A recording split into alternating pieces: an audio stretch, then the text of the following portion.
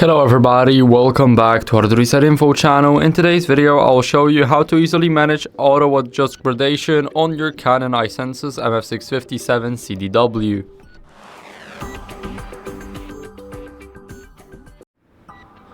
So first, what we want to do is we want to go over into these settings. Now in those settings, go over to the adjust and maintenance and click on adjust image quality. Now here, select auto adjust gradation.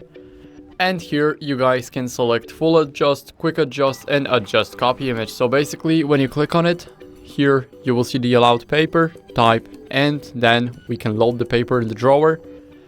Now let's go over to quick adjust. It will basically quickly adjust it up to your preference.